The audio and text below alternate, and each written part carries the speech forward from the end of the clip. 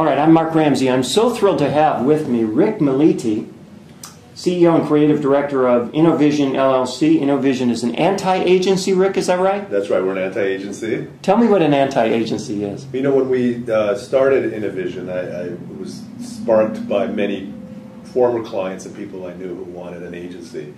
And in my conversations with them, there was a definite constant thread throughout all the conversations. And that thread was, we hate our agency. And we're tired of working with our agency, or we don't like what our agency is doing anymore, or agencies don't listen anymore, or the agencies are only concerned in their own self-interest, or these are the things I was hearing consistently, and I'm sure that's not true of all agencies, but this is what I was hearing from people that were obviously a little bit disgruntled with their agencies. So in a conversation with my team here, one of us jokingly said, well, boy, it sure seems like being an agency is tough today. You know, it's like no one seems to like the agencies anymore. And someone said, yeah, we should be the anti-agency. And it just stuck. And we started using it, and sure enough, it started getting a lot of attention, not only in the media, but by our clients, by other people. So we trademarked it, luckily enough. I can't believe that was available. Yeah, I couldn't believe it either, but we trademarked it, and it's a national trademark that we have, and we live by it. And basically everything that they said they were not happy with about agencies, we strive to be different. We want to be a very different type of a company that can provide clients results and services that they'll be happy to say they're working with us. Okay. So from the perspective of media, you obviously are involved with your clients with all manner of media. And you don't like to use the term buy. I understand you like to use the term invest. Absolutely, absolutely. How do you make investment decisions differently from the way another agency would make buying decisions? So we started talking to people, and oddly enough, it was just really when the term non-traditional media or non-traditional radio, NTR, was starting to get some traction. And we started asking what that was, and we started looking at so much more than just buying the media schedule. How else can we integrate our clients into the media where it would make impact? And what we started learning was that speaking to people on the radio, and if we want to talk specifically radio, but in any medium, it's so critical to catch them when they're interested in hearing about what you have to say. That's no different to me than Facebook, in the sense that, you know, you see a lot of marketers trying to get into Facebook, and for me, an analogy, and I think the next blog I write is going to be about Facebook being this giant party that's going on. If you can imagine or visualize a real party in someone's home, and all the friends are there, and in bursts the door, and the door bursts open, and in comes a car salesman. Who wants to buy a car? Certainly everyone would turn at that person and go, why are you at our party? Get out, and they would shut the door. That's kind of how I see advertising on Facebook, and that's kind of how I think of advertising altogether. I don't want to just burst into people's lives and say, hey, you want to buy something? Do you want to? I don't think that's what people want to hear. I think people have a genuine interest in buying things, but they want to buy it at their discretion. They want to buy it on their time frame, and they want to have the right information, which is why I think advertising still is so important on television and so forth.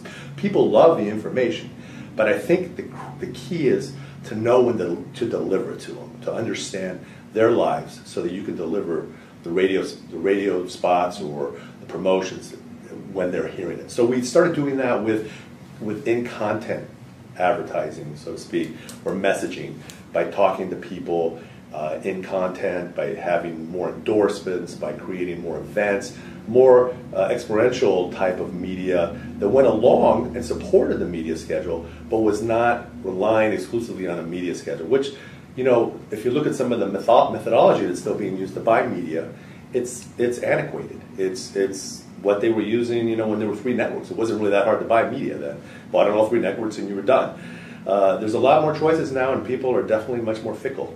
Well, I guess the folks at Arbitron would say our methodology is only a few years old now, so it's actually different from the one that was used years ago. How is that? How do you reconcile that with what you just said? Well, yeah, the methodology as far as the statistical reporting, but I'm talking about how the schedules are developed, in the sense of how, you know, schedules are basically built, you know, using gross rating points and how the medium is sold. How the medium is sold, exactly.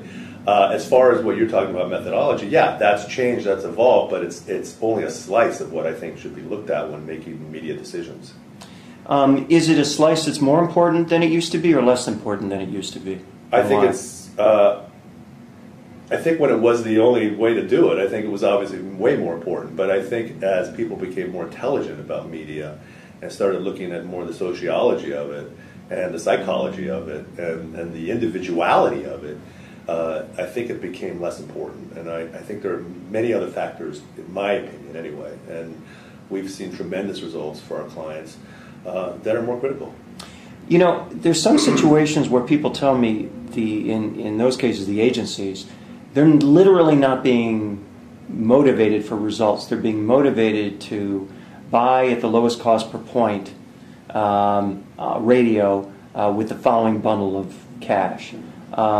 Is that attitude changing? Because it seems to me if that doesn't change among clients, the system doesn't change. I agree with you, and I think it's the agencies and the anti-agencies' responsibility to educate the buyers, the people who are investing the money into the mediums, and explain to them that there's so much more. That's the easy way to do things, and it's human nature to do things the easy way. What we do here at InnoVision is much more difficult. It requires much more manpower. We throw way more people at our media buying process than you would in a traditional agency, because we look at so many different parts of the concept as opposed to just buying the gross rating points or buying cost per point. That's the easy way. That's what I'm talking about, the antiquated way. That's one way of doing it, and this shouldn't be the only way. There should be something to look at, something to consider, but don't let that drive your decision. I think that's a mistake. Now, these other pieces that you're talking about, you mentioned the difference between promotions and just buying spots. You mentioned in-content, which is interesting. I want to know what that is. You mentioned endorsements, events, and experiential things. Now, all of these are things that involve your media decisions with radio broadcasters as well as other media, right? Absolutely. And the more you can integrate your client naturally and organically into someone's life and make it part of their own personal brand. And by their own personal brand, you're talking about the consumer. Absolutely, I'm talking about the consumer. The more you can line up your client or your product with their personal brand and the consumer's brand, and make it feel like it's a natural fit, and it seamlessly presented to them at a time that they want to hear about it, I feel you have a much greater chance of getting into their mind and being there when they make the buying decision. Now, when you talk about endorsements and in-content and so on, this presumes that the radio brand, for example, has talent in place, I assume. I mean, there's got to be some context there to provide that in-content messaging, right? Absolutely. What do you look for? I look for a match for the client. We require all our personalities to experience whatever the product is, regardless of what it is, and not only experience it, buy into it, believe it. We also create a correspondence program with those endorsement people so that there's constant communication between the brand and them. So the brand actually becomes part of their life. Mm-hmm. So now when they're speaking about our clients' brands, they're speaking with a lot of conviction, and it's authentic. It's authentic, exactly, and they believe in it. And you'd be surprised of how many on-air personalities here in San Diego visit the casino that they endorse when they have their own free time, because they've actually bought into the brand and believe it, and they enjoy it. So we look for that. We look for, obviously, the borrow equity that we can take from them. Obviously, they have their own listener base, people that trust them to listen to them. I mean, the radio is still the one medium where people are listening and they actually feel like they're being spoken to by whoever they're listening to, whoever their person is in the car. And now you're that person, that radio personality is their friend. And if their friend is saying, hey, you should visit Valley View Casino, or you should buy this product, or you should go to this particular venue, or whatever the product is, there's a lot more credibility in that statement in the consumer's standpoint, and it just has much more validity. When you talk about investment rather than buying, that presumes a return. Absolutely. So how do you kind of assess that return? What kind of metrics do you use to assess that return? And thinking about radio, I mean, conventionally we deal with, well, here's the ranker, you know what you're buying in terms of impressions, and that's a metric. It may not be return per se, but it's a metric. What other metrics do you use? Well, probably the word is where I get a little bit old school. I pick up the phone and I call my client and I ask them, how were your sales this weekend? How did things go? What did you learn from the advertising that we did this week? What did you find? Where can we improve? I'm very, very involved, as excuse me, as is the whole staff here. We get incredibly involved. We want to know their numbers. We want to know percentage increases. We want to know, that's the best way. What's happening to the cash register? I mean, the metrics are the metrics, but we also help our clients learn and educate them to find out that not only are we helping you get your first customer in the door, but now it becomes the responsibility of that client, of that retailer, or whatever the product is, to build that brand and build that relationship with that client so their customer base grows. Mm-hmm. Because that's where the true value is. It's not that first experience that the consumer has it with any of our clients. It's the ongoing experience that could last forever, and that becomes a responsibility. So the metrics are really, really great because we're able to call people right when things are happening, right when we know what we're doing, whether it be a Mother's Day sale, a Father's Day sale. We have a lot of retail clients. But even with like our brand, we get involved in so many other ways that a traditional agency does, which is another reason we're the anti-agency, where we help our clients build relationships with their own vendors. We've helped our clients build relationships with their distributors. So I'm a seller for radio. I come in off the street, I've got a ranker under my arm, I lay it out on the table in front of you and I say, let me show you what our ratings are in these various demos. What's your response? I know. Tell me something better about yourself. Tell me why you're different. Tell me why I should invest my clients' hard-earned money in your radio station that's going to get them the results they need. And tell me what you're going to do above and beyond the media schedule. And sell me an idea. Don't sell me a media schedule. Now, that last point you made strikes me as perhaps the most important of everything you just said, because what usually when I hear it from the radio side, it's, well, yeah, these other things that we give people away, and they're often giveaways, are designed to get the buy on a cost per point that we want. And what you're saying is the idea drives the whole thing. It's not that these are afterthoughts to justify the cost per point. It's that the idea is bigger than all of it. You nailed it. That's exactly right. Our mantra is we buy ideas, not media. That's what we all talk about here. Some of the things that I think that we say in our when we put out our RFPs for media investments or media schedules, we say don't over statisticize us. We don't need your statistics. We are fully capable of getting the statistics we need. And the reason we've actually contacted you is because you fit in that segment of what we're looking for. Now let's talk about what's important. Now that we've identified you as someone who fits the demographics of what we're looking for, and you might have the listener base and you may have all these things. Great. Okay, we've cleared that out of the way. Now let's talk business. Let's talk about ideas. Let's talk about not giving me the things that you give away, like you just mentioned. Do not show me those things. Do not bring me any boilerplate ideas. Do not bring me a promotion that any company could stamp their name on and it works. And all you have to do is go back to your office, change the name of the company that fits into that proposal and sell it to someone else. Do not bring me those. I will instantly disqualify you from the media buy. What I want to see is I want to see ideas. I want to see you build an idea specifically for my client that can only work for them and none of their competitors. I'll tell you what we give the media companies a very, very thick RFP with a lot of information. I'm telling you what's different about my client. I'm telling you what their selling point is. I'm telling you what their brand is. I'm telling you what their objective is. I'm telling you who they want to talk to. Now tell me why I need to buy your media.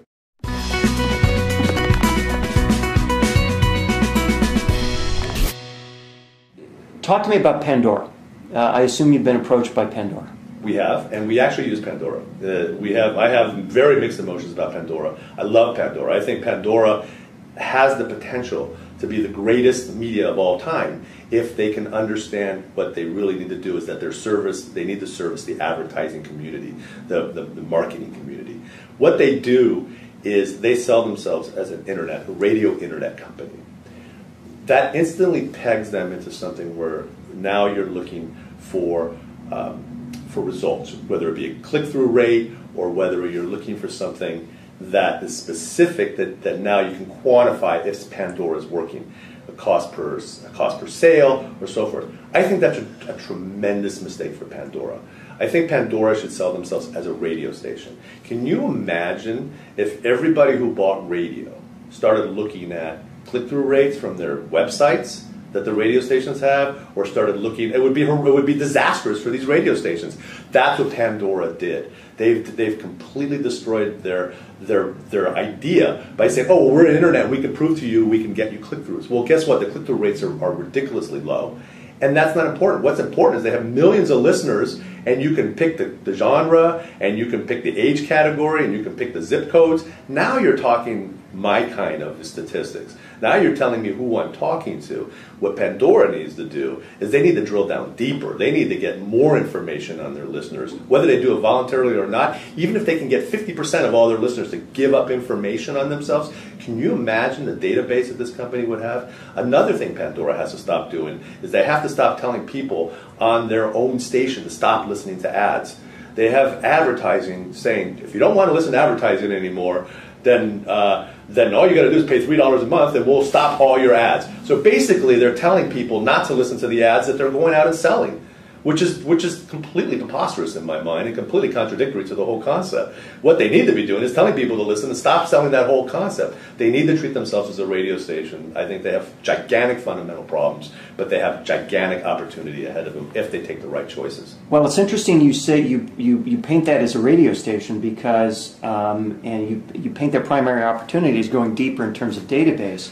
Because how many stations come to you with an extensive database of a vast quantity of their listeners with detailed information about that database? None. And as you and I were talking before, I've been telling radio stations for 20 years, build me a database of your listeners. Tell me who goes to casinos. Tell me who needs to buy a car in the next 3 months. Tell me who, and guess what? I'll buy every one of those. I'll buy your radio station just to get those lists. That's all I want to know. I just want to know what people's buying habits are going to be. If we can predict that, then we know who we can market to much more effectively. But when you're talking about just pie in the sky stuff, that's much more difficult, and that's why we do what we do with the media, and we start looking and analyzing the lifestyle and the brand alignments and so much of the day part. What are people thinking? We just put so much into the decision.